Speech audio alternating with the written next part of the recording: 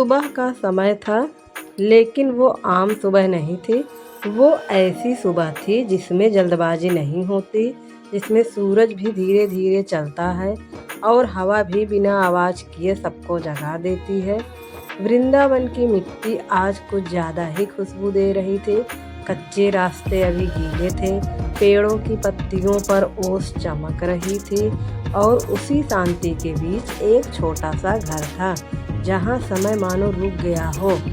उसी घर के अंदर नन्हे बेबी कृष्ण गहरी नींद में सो रहे थे। उनकी सांसें हल्की थी, चेहरे पर कोई चिंता नहीं। सिर के पास मोर पंख रखा था, जो हवा के साथ धीरे धीरे हिल रहा था। पास ही बेबी राधा भी सो रही थी। उनकी हथेली खुली हुई थी, जैसे किसी सपने को पकड़ने की कोशिश कर रही हो। उनके चेहरे पर ऐसी शांति थी जो शब्दों में नहीं बांधी जा सकती।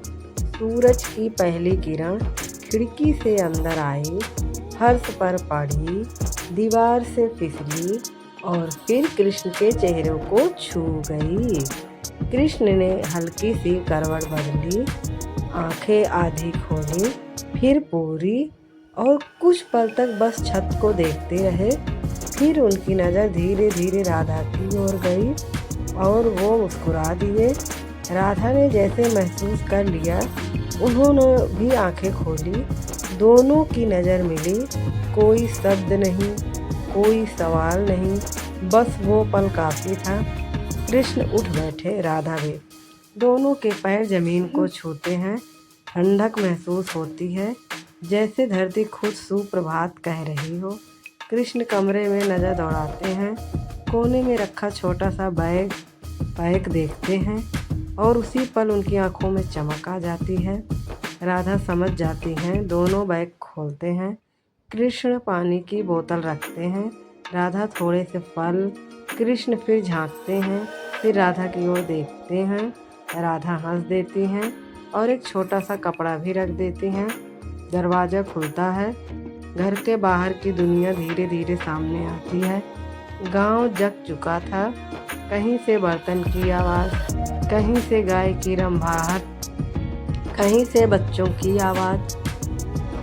कृष्ण और राधा धीरे धीरे चलते हैं, कभी हाथ पकड़ते हैं, कभी आगे पीछे दौड़ते हैं। पेड़ उनके ऊपर छाया बनाए चलते हैं, फूल रास्ते में रंग बिखेरते हैं, तितलियां उनके साथ साथ उड़ती हैं। तभी अचानक एक साइकिल तेजी से उनके पास से निकलती है। घंटी बजती है, धूल उड़ती है। कृष्ण वहीं रुक जाते हैं। उनकी नज़र साइकिल के पीछे दूर तक जाती है। चेहरे पर हैरानी नहीं होती, चेहरे पर चाह होती है। वो धीरे से कहते हैं, राधे मुझे भी साइकिल चलानी है। राधा उन्हें देखती हैं, फिर उस दिशा में जहाँ साइकिल गई, फिर वापस कृष्ण की ओर और बिना कुछ कहे मुड़ जाती हैं।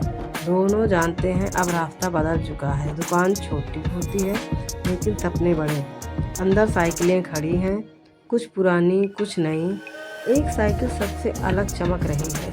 कृष्ण उसके पास जाते हैं, हाथ बढ़ाते हैं और जैसे ही छूते हैं, चेहरे पर खुशी फैल जाती है। वो साइकिल पर बैठते हैं। पहले डर, फिर हिचक, फिर संतुलन। राधा पीछे से पकड़ लेती हैं, धीरे धीरे धक्का देती हैं। साइकिल हिलती है, रुकती है, फिर आगे बढ़ती है। कृष्ण हंसते हैं, राधा ताली बजाती हैं। सड़क पर अब सिर्फ साइकिल नहीं चल रही, खुशी चल रही है। थोड़ी देर बाद दूर से एक आवाज़ आती है, सीटी। कृष्ण रुकते हैं, कान लगाते हैं। Railway station. कृष्ण कहते हैं, चलो आज ट्रेन से चलते हैं। साइकिल स्टैंड, टिकट, खिड़की, प्लेटफॉर्म, भीड़, घोषणाएं और इंतज़ार। फिर ट्रेन आती है। हवा बदल जाती है, ज़मीन कांपती है और सफ़र शुरू होता है। खिड़की के पास बैठते हैं। गांव पीछे जाता है, खेत दौड़ते हैं, नदियाँ चमकती हैं, चाय की खुशबू फैलती है। कृष्ण दोनों हाथों से कप पकड़ते हैं। राधा मुस्कुराती है। ट्रेन रुकती है एक नई जगह। यहाँ शांति है, पानी है, फूल है, पुल पार करते हैं, परछाई देखते हैं, हंसते हैं, पहाड़ चढ़ते हैं, सांस तेज होती है, हवा बातें करती है, ऊपर पहुंचते हैं, पूरा गांव नीचे, कुछ देर चुप्पी, कुछ देर हवा, फिर बस, फिर शहर, फिर रोशनी, समोसे, हंसी, मेला, रात, पटाखे, आंखों में चमक, थकान लेकिन संतोष, वापसी, ट्रेन, गांव, घर, नींद और सपने।